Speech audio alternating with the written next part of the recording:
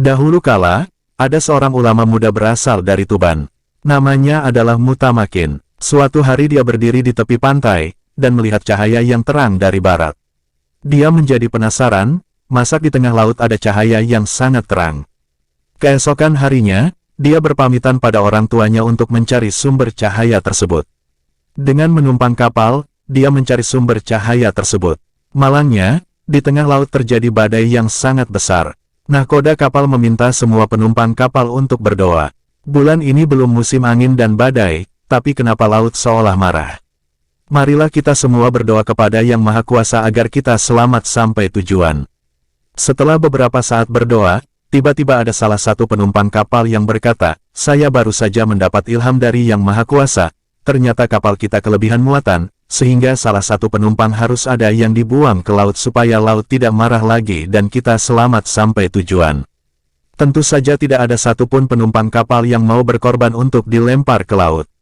Baiklah, karena tidak ada yang mau berkorban, maka kita adakan undian saja. Barang siapa yang memperoleh gundu ini, maka dia yang harus dilempar ke laut, kata nahkoda kapal gundu untuk undian dilempar. Semua penumpang kapal bersorak, hanya seorang yang tidak ikut bersorak yaitu Mutamakin, karena dia yang mendapatkan gundu tersebut. Baiklah saudara-saudara sekalian, saya rela dibuang ke laut. Tapi saya ingin berdoa dahulu, setelah itu, barulah saya ikhlas kalian lempar ke laut, kata Mutamakin. Mutamakin pun melaksanakan berdoa pada Allah, "Ya Allah, jika ini memang menjadi takdirmu, saya rela menjalaninya. Hanya kepadamu saya berserah diri. Engkaulah yang Maha Pengasih dan Penyayang. Ampunilah saya ya Allah." Baiklah saudara-saudara, saya siap dilempar ke laut, kata Mutamakin pasrah. 1, 2, 3. Biur penumpang kapal yang lain bersorak ketika tubuh Mutamakin jatuh ke laut. Ajaib, ombak dan badai yang bergulung-gulung seketika menjadi reda. Laut pun menjadi tenang kembali. Bagaimana dengan Mutamakin? Apakah dia tenggelam? Apakah dia dimakan ikan hiu?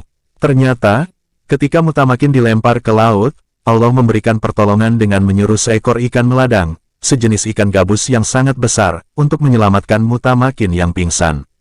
Berhari-hari ikan ini membawa Mutamakin di dalam mulutnya. Akhirnya, si ikan memuntahkan Mutamakin di pantai utara Pulau Jawa di sebelah barat Tuban. Setelah beberapa saat kemudian banyak penduduk yang datang. "Hai, lihat kemari, ada manusia yang terseret ombak," kata salah seorang nelayan di tepi pantai. "Ayo kita tolong," kata yang lain. "Wah, ternyata sudah mati." Setelah itu, para nelayan mengerumuni Mutamakin yang dikira sudah mati.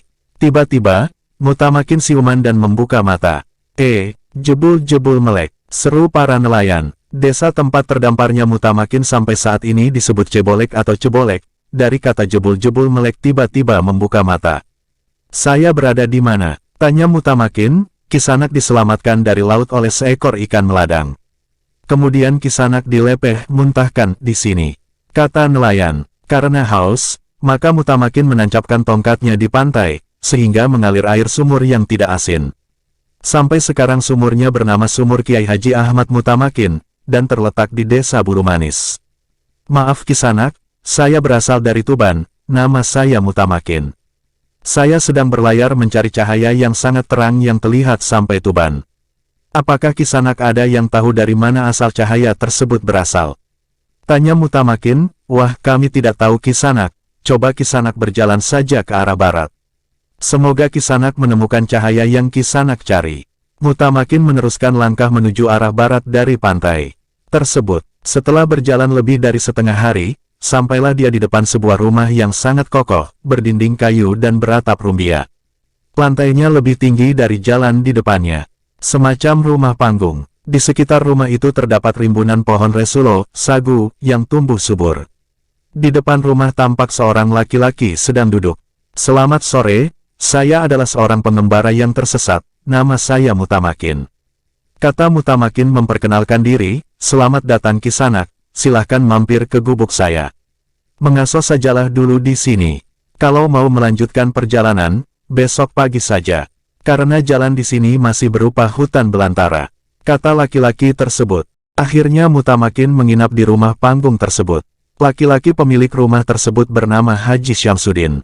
Beliaulah satu-satunya haji di desa itu, sehingga desa tersebut diberi nama Kajen yang berarti Kaji Ijen, satu-satunya yang sudah berhaji. Setelah beberapa lama menetap di desa Kajen, Mutamakin menyunting putrit dari Haji Syamsuddin, dan membuka pesantren hingga saat ini. Sekian cerita versi sekitar kita, terima kasih telah menonton video ini sampai akhir. Apabila ada kesalahan atau kekeliruan dalam cerita, kami mohon maaf yang sebesar-besarnya. Jangan lupa dukung kami dengan cara subscribe, like, dan komen, supaya kami tetap berkembang.